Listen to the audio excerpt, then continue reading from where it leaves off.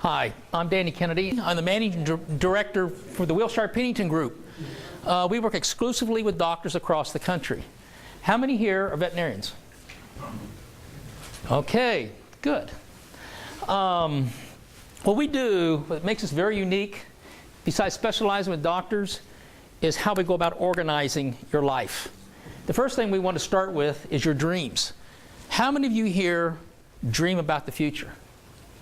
Or how many of you just dream about today? But the objective is we all have dreams and we're all going to go somewhere, right? We all do have a plan. And that's where we come in to help you a lot, is we help you put your plans together and we help you put your dreams together. Let me tell you a brief story. A little bit about my background is my father-in-law was a veterinarian. And my wife is a physician. And actually his whole family are all doctors. And I remember going to the vet clinic, and on weekends sometimes I'd go there and I would make a little extra money when I was in college, and I'd scoop poop. And I was known as a super duper pooper scooper. And it was very interesting. But the thing I learned that makes you people very unique, all you veterinarians, is you get to change people's lives too. Because animals mean so much to us out there. And I'd watch people bring in their dog with a broken leg and watch him fix that, and you just see how he could change their life, how they change their perspective. And that's basically what we do with our doctors, is the same thing. I mean, how many of us here worry about retirement? Of course we do. We all worry about it. How many of us think Social Security is going to be around? Boy, that's a bad attitude.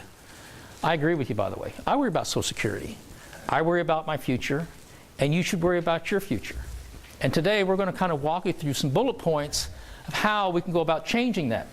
5 goals. That's all we basically set our whole parameters around for our doctors. We currently work with 11 different associations.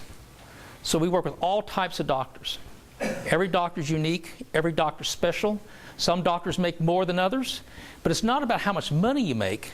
It's really and truly how much money you spend and how wise you are about spending your money. Student loans is becoming a huge, huge deal today. And I'm sure that's been brought up here at the association. What really concerns me is when I have doctors coming out that have $200,000 to $300,000 in student loans. That's like a house payment. But here's what's really unique about a student loan. We did lunch and learn here a few months ago for a class, and I asked, the question is, how many of you have student loans? Everyone put their hand up but one person. So my next question I ask is, what is your interest rate you're paying for your student loan? And they said, oh, about 6%, some of them 5%. I said, no, that is not what your interest rate on your student loan is. Your interest rate on your student loan is when you're at vet school, you're not making any income unless you're doing a little bit on the side.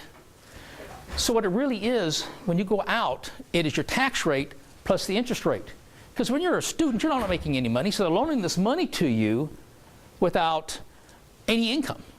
And you got to pay it back with income, W-2 income. So now your true interest rate is somewhere between 30 to 40% a year. If I was the federal government, I'd be doing student loans all day long.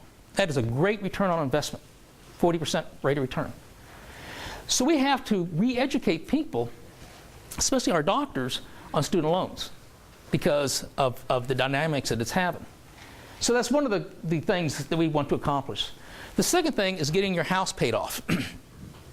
We don't believe doctors start with the little house, go to the big house, then when you retire you go back to the small house. We believe that a doctor should buy the house, their dream house, and then get the thing paid off somewhere in your 50s.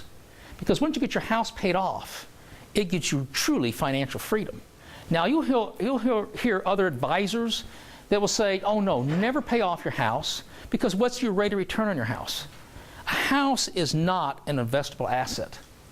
Now, did you hear what I said? Your house is not an investable asset. It is your safety net. That's what your house does. It is your safety net. So we want you to take a look at getting your house paid off by age 55. Now, the other big item is doctors love to educate their children, right? We don't want our children to end up being bricklayers We want our children to become successful, just like you doctors here are successful. So here's the way you educate your children. If you're incorporated, which is one of the keys to success I'll be talking about here in a few minutes. You're incorporated. Did you know that you can hire your children to be employees? And when you hire them to be employees, that's your tax rate. I mean, they're their tax rate instead of your tax rate. That's a huge difference because the first $7,800 of income is not taxed at all. So that means they'd be at about a 10% federal tax rate, anything over $7,800 a year. So what do? Well, you can have them clean your office, right? You can have them do accounting. You can have them doing paperwork, whatever you want, but you can start paying them. And by the way, this actually goes into effect at age 7.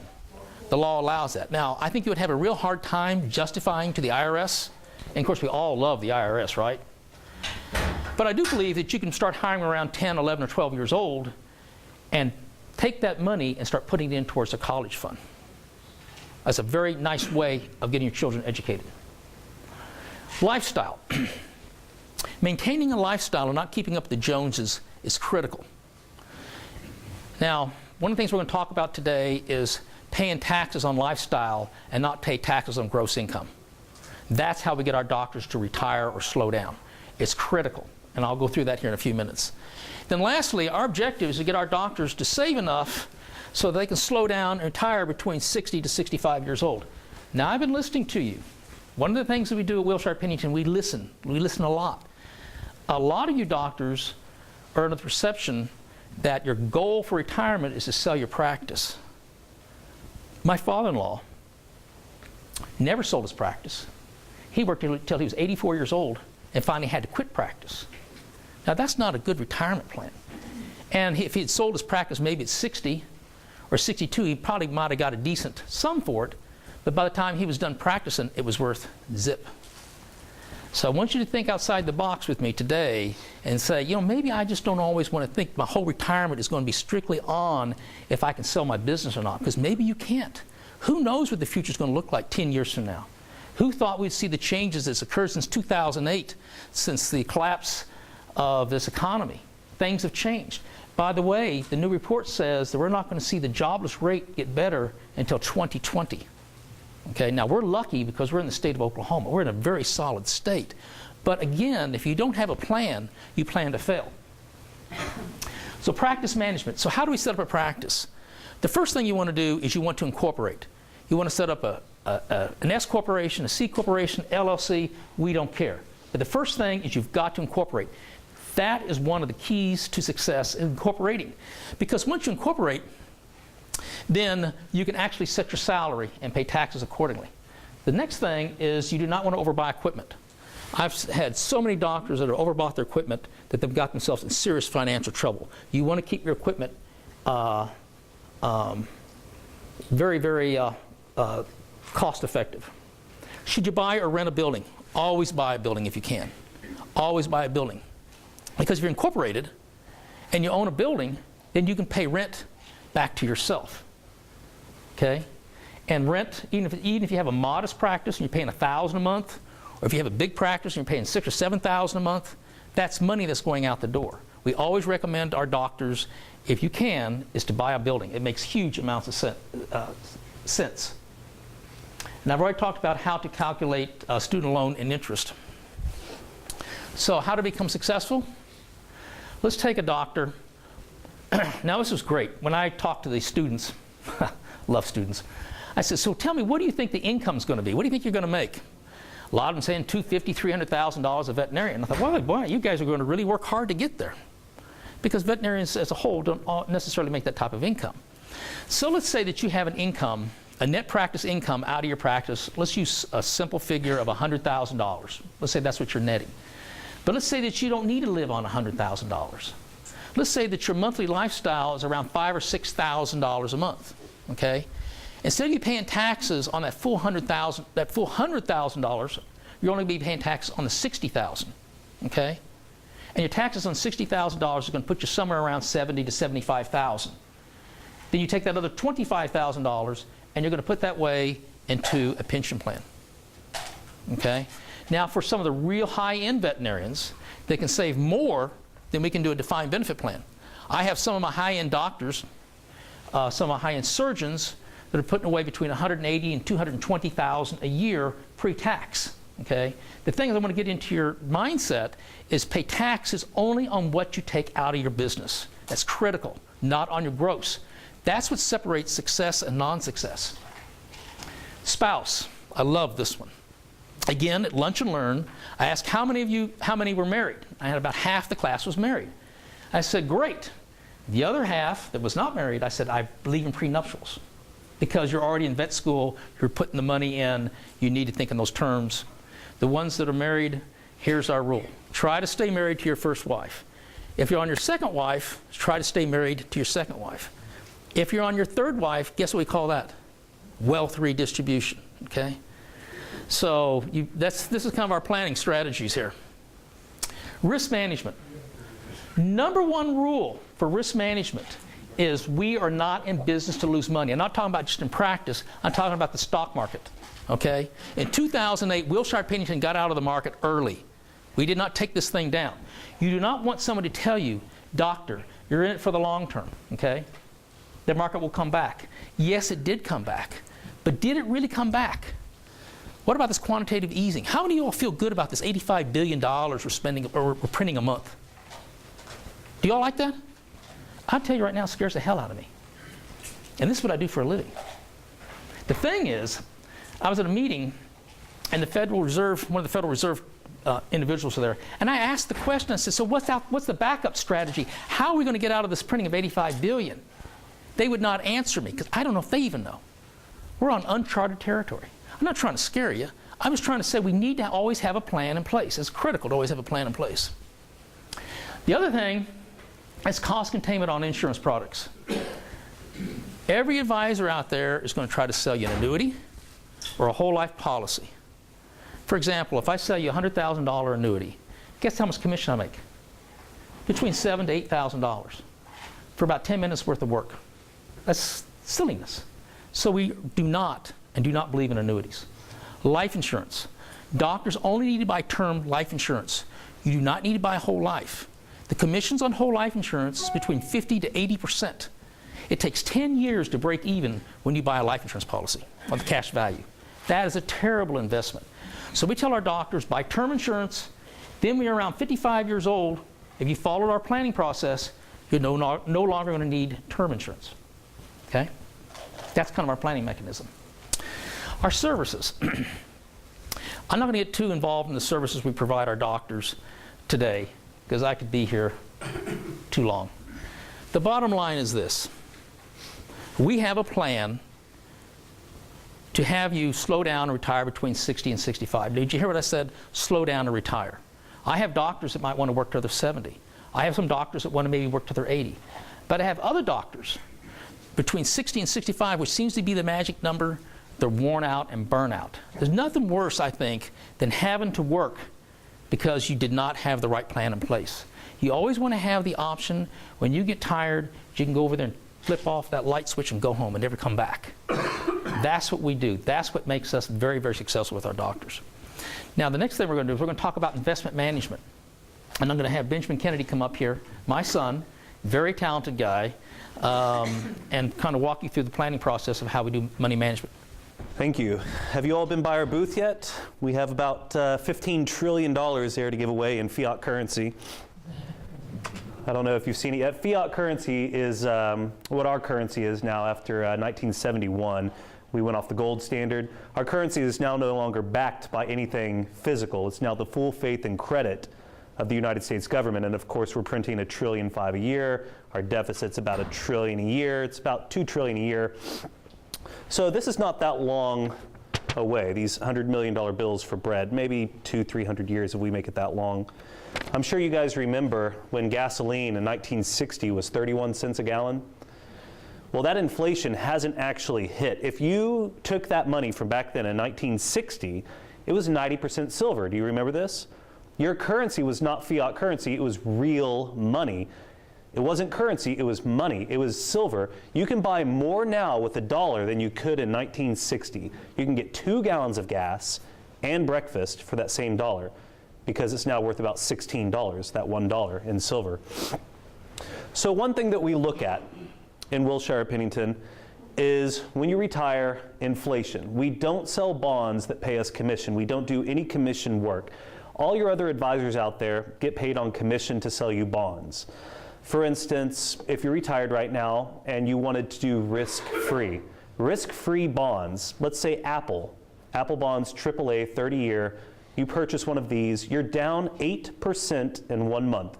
You've lost 8 years of income in 1 month because interest rates went up just a little bit over the last month. You've lost 8 years in 1 month. So you really need to be careful what bonds you buy. Don't be buying bonds that are commission-based. This is incredibly important to understand these points. Don't buy mutual funds. They're too expensive. Buy ETFs. You all have too much money to buy mutual funds. Mutual funds are for the average investor, $10,000, $20,000. Most of you here are going to have more than $30,000 to invest, so stick with ETFs. They're much more cost-effective. Our favorite ones are BlackRock. I won't go too much into BlackRock. It is an amazing, amazing company. They manage $17 trillion in assets. They're so good, in fact, they have 5,000 supercomputers that after the 2008 crash, our own government had to hire them to bail out Fannie, Freddie, AIG, Bear Stearns, all these companies that were going bankrupt. BlackRock is the only company that's capable of doing risk mitigation, risk management for toxic assets. If you invest with other companies, they actually hire BlackRock. It costs $250,000 a year to gain access to their computers. So just cut out the middleman. Go directly to BlackRock. And if you have $50 million or more, you can get in directly with them. This is why you don't want to be with mutual funds. As Danny pointed out earlier, if you had invested 13 years ago, you're just now breaking even, not counting inflation. And if you believe the government, inflation is about 1.7%. If you don't believe the government, it's about 4%. And a 13-year investment that yields you zero, it's not a good investment. Really what you want to look at is value investing. And you don't want to try and do this on your own. We don't even do this on our own. We cannot beat 5,000 supercomputers. You want to go with BlackRock. They'll tell you when to purchase and when not to. Right now, we're not that heavy in the United States right now. It is just too expensive. The chart below is emerging markets versus the United States for the last 10 years. Now, if you look, emerging markets is up about 400%. The United States, about 145%, which isn't bad. I'll take 145% over 10 years, but I'd much rather have 400%. And you can see when a good time to buy is, and this is just based on value investing. When things are price to earnings is under 12, it's extremely cheap. And right now, if you look at the ratio, emerging markets, I mean, this is incredible. Russia, a price to earnings of about 9. That's unbelievably cheap. The only way Russia is going to go bankrupt again is if they keep printing money, and they're now capitalists. They're not communists anymore. They're extremely capitalistic. If you were to purchase Russian stocks right now and held it for 5 years, what if it took you 5 years to make money and it doubled? It was up 100% in 5 years. What are you up, 20% a year? It's awfully good. The United States is going to be up about 7% a year if you buy it cheap, and right now, of course, it's not cheap. 20% a year if you have the patience, and you all have 5 years before you need this money. None of you are 85 or 90 right now. And this is where BlackRock comes in. They do all this work for you. And Danny went over briefly annuities. You don't want to buy annuities. Again, the 7% fee, look, I don't need to make $7,000 for 10 minutes of work. That is absolutely ridiculous. And I know most of you here probably own annuities. Every doctor I talk to, about 75% do. Also, they're taxed at ordinary income, and in your tax bracket that's incredibly high versus capital gains, I'd much rather pay 15%. You know, I don't want to pay double, which is 30%. A lot of you are in the 30% tax bracket. Also, you only have a couple of investment options. You can't purchase emerging markets so much. To a certain extent you can, but not like BlackRock. You're not going to get the yields that BlackRock does. ETFs versus mutual funds, we went over this a little bit. It's more diversified, it's much cheaper. You can get into foreign investments, and they're actively managed. Mutual funds aren't so actively managed like ETFs. And this is the final thing on BlackRock, and I could go on and on. I am just absolutely amazed at this company. Other than the $17 trillion they have, 21 of the 25 largest U.S. endowments and foundations depend on BlackRock. The United States government depends on BlackRock. Anybody with a tremendous amount of money utilizes BlackRock. Most small investors can't utilize them. You need $50 million or so personal money. But if you pool your assets together through an investment firm, you can use BlackRock. And we use them almost exclusively. I'm not going to read all this. This is, again, Value Investing by Benjamin Graham. Essentially, know when to purchase into the market and know when to get out. We're not trying to time the market. We're not like Kramer, where it's buy, buy, buy all the time. Patience.